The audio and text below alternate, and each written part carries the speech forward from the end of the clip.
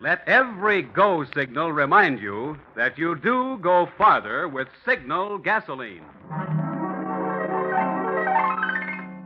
The Signal Oil Program.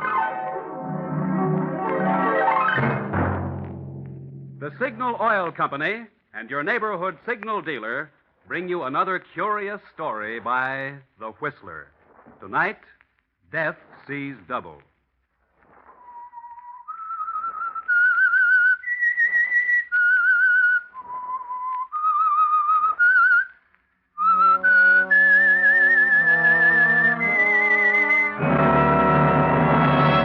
I am the Whistler, and I know many things, for I walk by night. I know many strange tales, many secrets hidden in the hearts of men and women who have stepped into the shadows.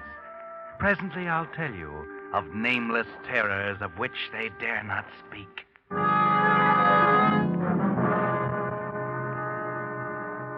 But first, Signal Oil Company is happy to devote this time to an announcement from the United States government on today's most important event, the opening of the 6th War Loan Drive.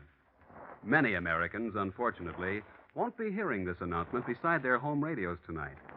Some are crouching in rain-filled foxholes in the Philippines or Burma.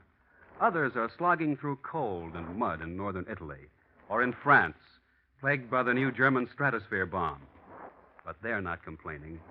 They're just asking for the weapons they need to get the fighting over and get them home again as soon as possible. That's where you come in. It's going to take more B-29s, lots more, at $600,000 each, and M4 tanks at $67,000 each. Yes, millions and millions more dollars. But you're not being asked to give your dollars. Just invest them in the world's safest investment, a United States war bond. Make it a $100 bond this time. Your war bond dollars not only pay you excellent interest while ensuring your future security, but they say to the boys we sent over there, you're not quitting, neither am I, till it's over there. And now, The Whistler.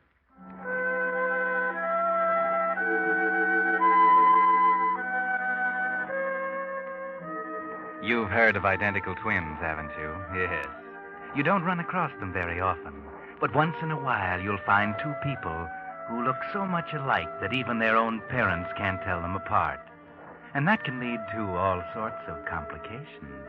There's one case I have in mind especially, the case of Mona and Martha Spencer, identical twin sisters. They were exactly alike. Their friends couldn't tell them apart. Their mother and father, before they died, had trouble distinguishing between them. After their parents' death, they were alone in the world. Two devoted, loving sisters. At least that's what everyone thought. Two loving sisters, beautiful, popular, surrounded by admirers. Then along came Bill Everett, handsome, successful, the catch of the season, as they say. And Mona caught him. Yes, they became engaged, and Mona bought out the stores for her trousseau. And one night, she and Martha stood in Mona's room, admiring the beautiful dresses and lingerie she had purchased. And this dress, and this robe, and... What's the matter, Martha? Oh, nothing. I think they're beautiful, all of them. Especially this dress. I wonder how I'd look in it. Well, you'd look lovely, dear, the same as I will. Why don't you try it on? You mean it? Well, of course. It'll be like looking in a mirror as myself. Go ahead. I'd like to see how it will look on me. Well, if you're sure you don't mind. Of course I don't mind. Go ahead. Try it on. Oh, you're a very lucky girl, Mona. Lucky? Be so lovely and have Bill. Well, if I'm lovely, so are you. We're both alike. Yes, except for one thing. Well, Martha, what is it? We've never had secrets from each other. How aren't we alike? You have Bill. Oh, I do believe you're jealous. Are you in love with Bill, too? Nonsense. I just can't help feeling a little jealous, naturally. You found your man, and I... Well, do you blame me? We're not alike in another respect, Martha. You're weak, and I'm strong. Weak? Yes. I found my man, as you put it, because I made up my mind to find him. You should do the same. Darling, what's happened to all your boyfriends? You've been staying home so much lately. Well, I just haven't felt like going out, that's all. Martha, sometimes I don't understand you. You're so moody lately. Oh, that's probably Bill. Run down and let him in like a good girl. I'll be dressed in a minute. All right.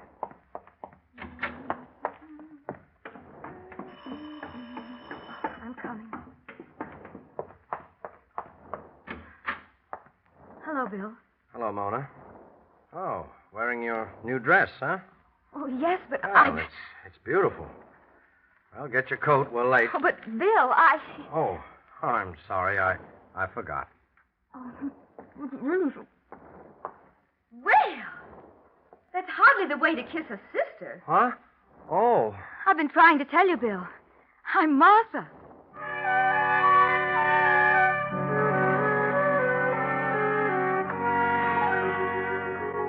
Poor Bill can't tell his fiancée from her sister. Yes. It's too bad that incident at the door had to happen, because it gave Martha an idea. She tried to put it out of her mind, but she couldn't. She thought about it all evening while Mona and Bill were out having a good time. Tell me from Mona. Couldn't tell me from Mona. Not even when he kissed me.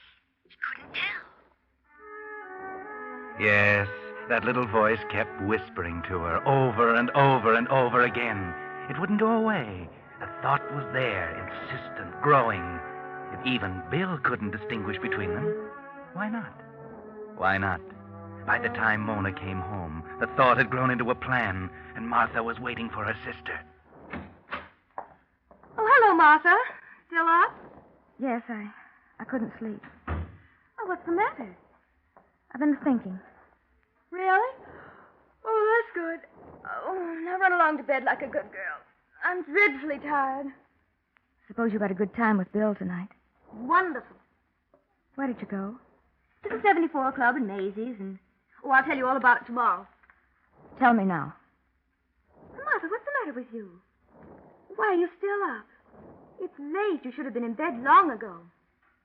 I couldn't sleep. Well, that's too bad, dear. Why not take something? I was thinking. I didn't want to sleep. Well, that's a waste of time. Now run along and get to bed. I'm certainly not going to stay and talk just because you don't want to go to bed. I'll tell you all about tonight in the morning, dear.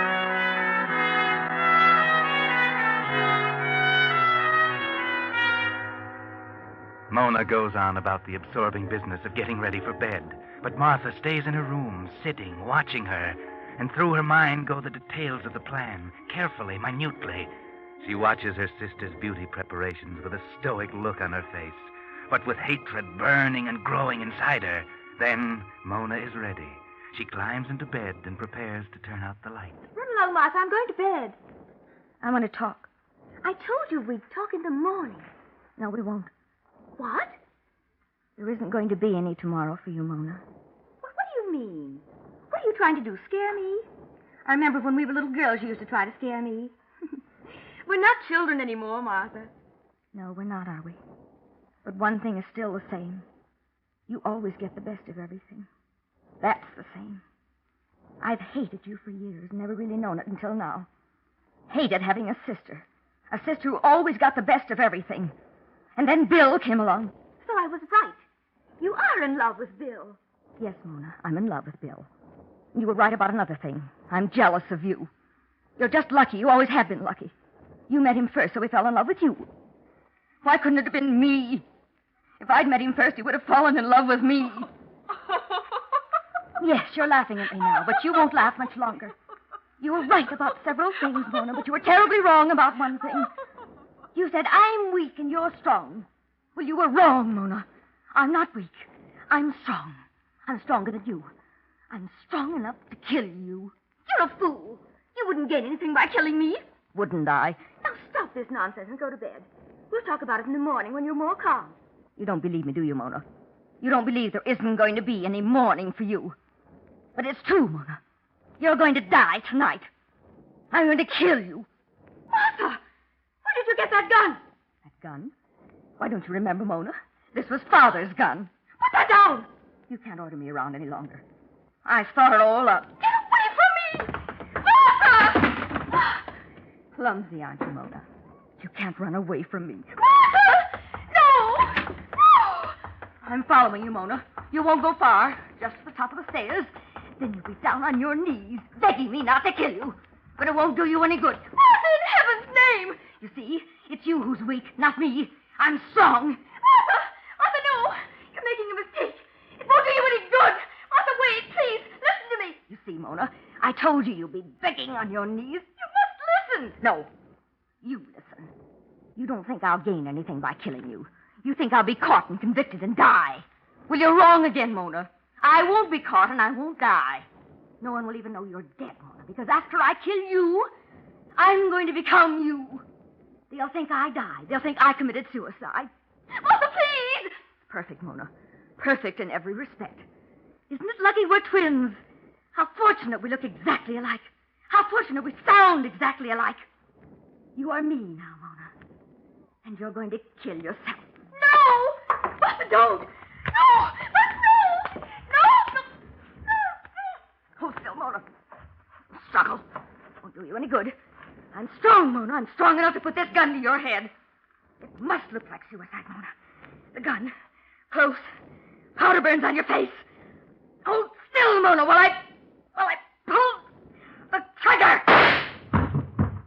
Ha ha! Ha ha ha!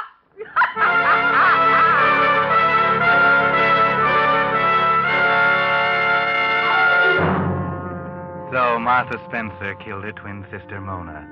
Then, carrying out her plan, she immediately assumed Mona's identity. She changed into Mona's dress, arranged the gun in Mona's hand, took Mona's engagement ring and diamond clip, dressed Mona in one of her robes, and put her dinner ring on Mona's finger. Oh, yes, it was perfect. Perfect in every detail. What could the police suspect when not even Bill Everett could tell Mona and Martha apart? Hello? Police department? I think you better come to 437 Oak Street right away. My sister just committed suicide. What? Oh, yes, I'm Mona Spencer.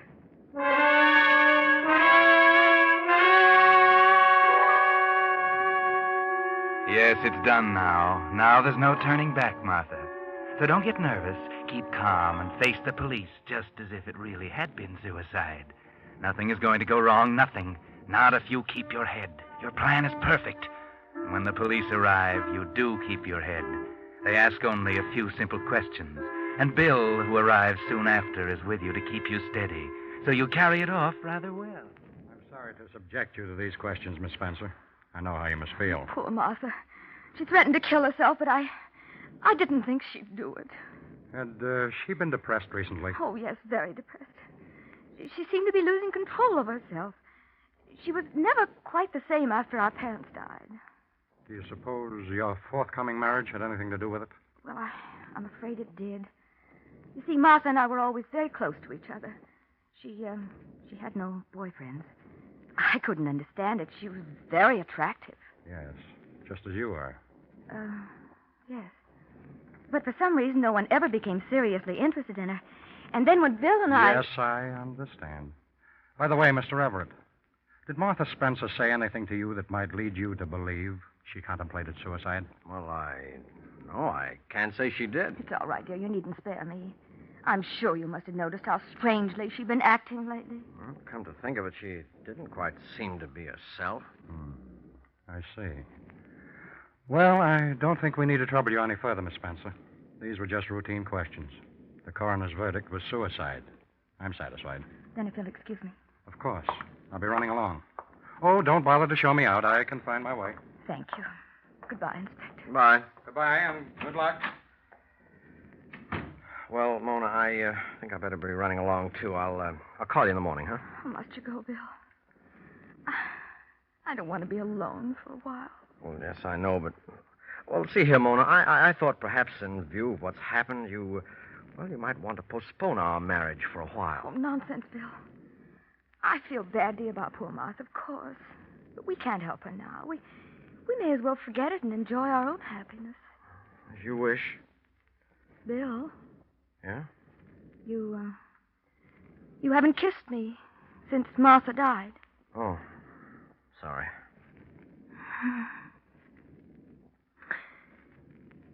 I love you, Bill. And now you're mine. Forever.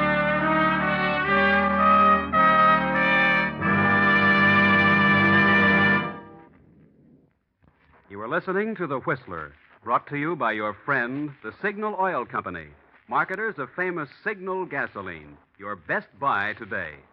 Remember to let every go signal remind you that you do go farther with Signal gasoline.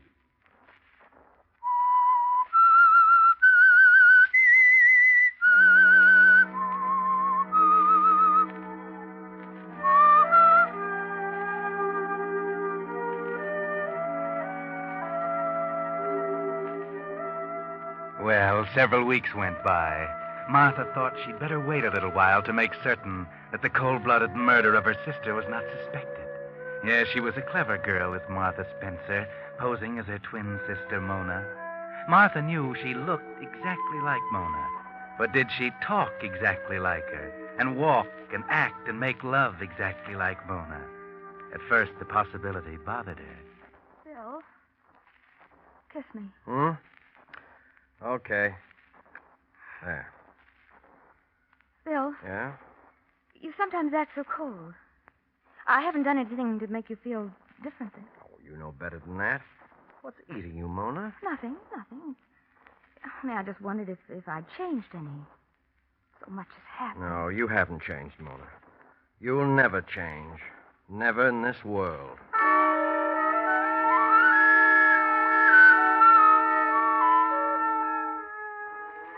Yes, everything was going all right. Bill didn't suspect a thing, neither did the police. And after a few weeks, Martha felt secure. Bill didn't act as she had expected him to act. There was a sort of a chilly detachment in his attitude toward her, but perhaps that was only because he was shy or reticent to show his feelings before they were married. So the thing to do was to hurry up the marriage. Bill, why should we wait? Why don't we go ahead and get married? Right away. Hmm? Okay, I suppose we might as well get it over with. That's a fine way to talk about our marriage. Okay, so we'll get married. We'll drive out to Raleigh tomorrow and get the license. Raleigh? Yes. Why drive way out to a little town like that to get it? Well, you know why as well as I do. Oh, yes. Of course, dear. Anything you say.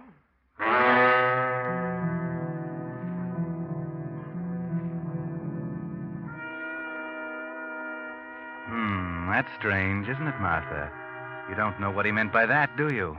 There must be some secret between Mona and Bill that you didn't know about.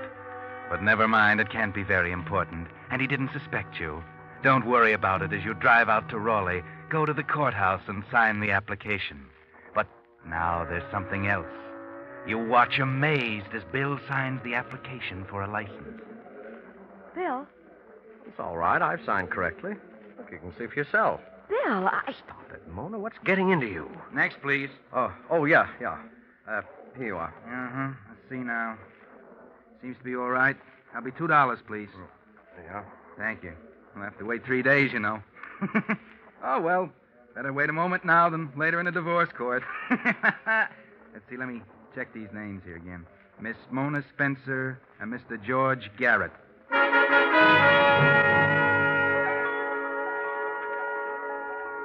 There was something wrong, something terribly wrong. Why did Bill sign the license, George Garrett? A cold chill clutched at Martha's heart, but she didn't say anything to him. On the way home, he suggested that they celebrate the occasion by going out that evening to a little roadhouse up in the mountains. She accepted, of course, and told him she'd be ready at 7. She left his car and went up the steps of her home. Yes, her home now, all hers. She opened the front door. And as she closed it, something on the stairs caught her attention. Oh! She looked at the top of the stairs. There was nothing there. She shrugged her shoulders and walked up. Just her imagination. Or was it? She paused at the top and looked at the rug. This was where she had killed Mona.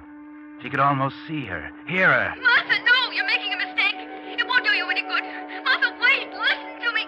Stop it, you fool! Yes, stop it, Martha. You're beginning to hear things. She went to her room, Mona's room. It was good to be alone, to enjoy Mona's trousseau, all those wonderful things. She slid open the closet door. Such beautiful dresses. Which one should she wear tonight? She tried to concentrate, sat down at the mirror, and there was her reflection. Mona's reflection. Oh, now isn't that a shame? Breaking that beautiful mirror and that fine bottle of perfume. She got up and paced the floor. She simply couldn't get it out of her mind. Why? Why did Bill sign his name George Garrett? And why do Mona's words keep coming back to her? You're making a mistake. It won't do you any good. Martha, wait. Listen to me. I won't think about it. I won't.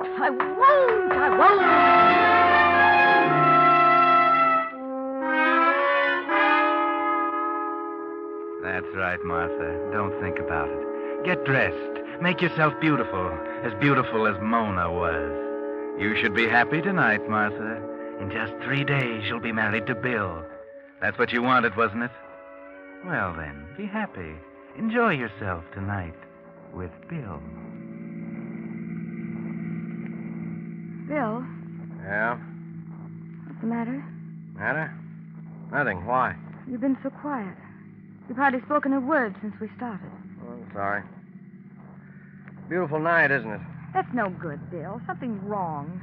What is it? Now, look, Mona, I don't remember that part of the bargain was catering to your whims. Bargain? Oh, never mind. Bill, there's something I don't understand. Yeah, what? About the name you signed on the marriage license. It's okay, I told you once. I signed my right name. You're right, You name. saw it yourself. For heaven's sakes, Mona, will you cut it out? Oh, yes, of course, Bill. I'm sorry. Sorry. That's a hot one. Bill, Yeah?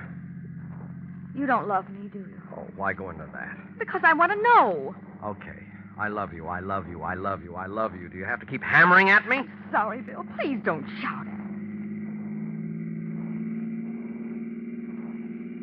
Bill, Well, what is it now? where are we going? I told you once, to a little roadhouse. Well, I don't seem to recognize this road. Where are we? Well, we're up in the mountains. We'll be at the top soon. Bill, You have to talk, Mona. Aren't you satisfied? You've had your own way. What more do you want? I want to know why you don't love me. I do love you. I'm crazy about you. Now leave me alone, will you? I'm not a fool, Bill. I want the truth. Oh, you do? Well, just be patient, Mona. We're almost there. Almost where? At the top. Yeah. Just around this curve.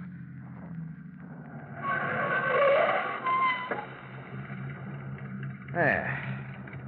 We're here. I don't see any roadhouse.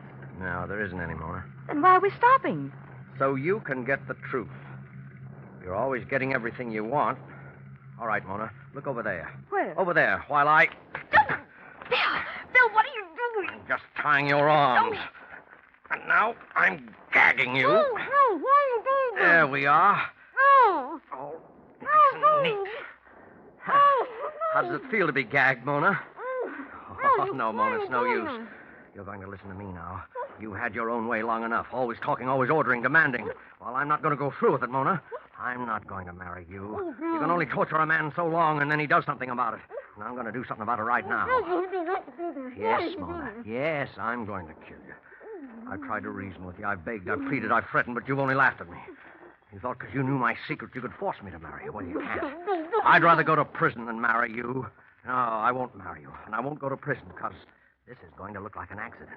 I've got a perfect alibi, Mona. I can count for every minute of this evening.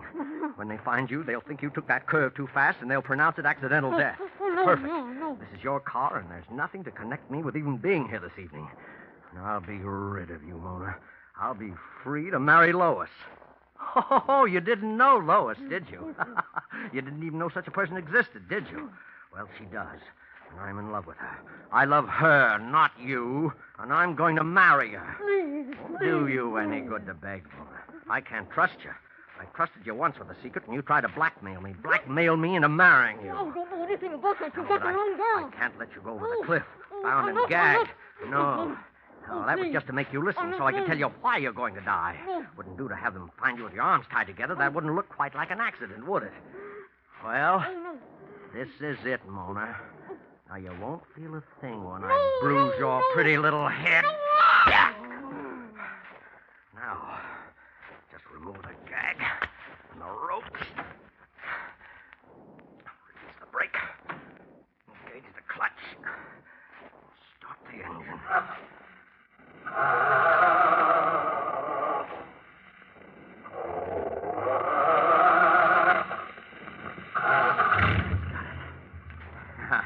Goodbye, Mona. Pleasant dreams.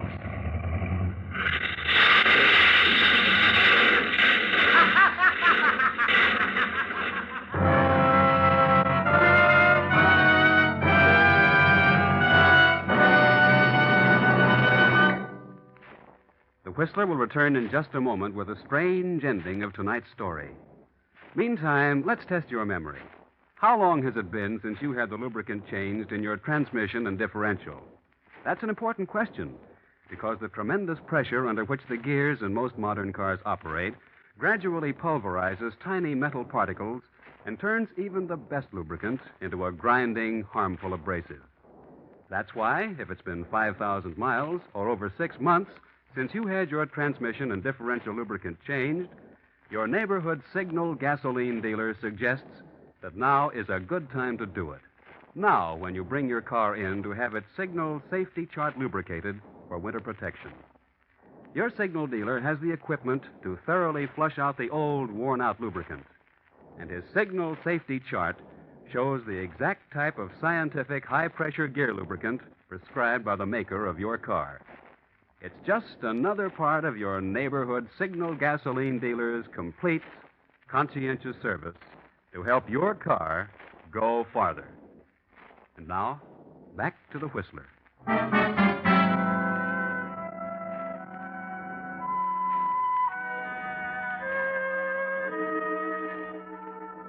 Poor William Everett, or George Garrett. That was his real name. He didn't get away with it. His alibi was foolproof enough so far as the accident was concerned. But he forgot that Inspector Dudley would check up on the marriage license and see his name signed big as life. The name of George Garrett, an escaped convict. Yes, Inspector Dudley didn't have to pin a murder on him. All he had to do was send him back to prison to finish serving a term of life imprisonment. Poor Bill. He only committed murder to protect his secret, and he never knew that it wasn't Mona he killed. It was Martha. And Martha hadn't the slightest idea that he had a secret, so she would never have given him away. Too bad Martha couldn't have known the truth before she killed Mona. Oh, well. That's what happens sometimes when you're a twin and you're in love with the same man as your sister.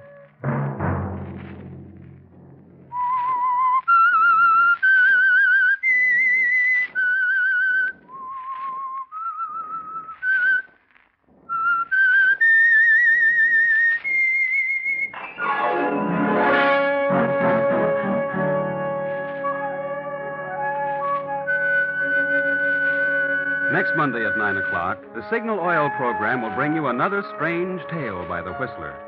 The Signal Oil program is broadcast for your entertainment by the Signal Oil Company, marketers of Signal's famous Go Farther gasoline and motor oil, and by your neighborhood Signal Oil dealer, who is at your service daily to keep your car running for the duration. The Signal Oil program, produced and directed by George W. Allen, with story by Ralph Rose and music by Wilbur Hatch, is transmitted to our troops overseas by the Armed Forces Radio Service.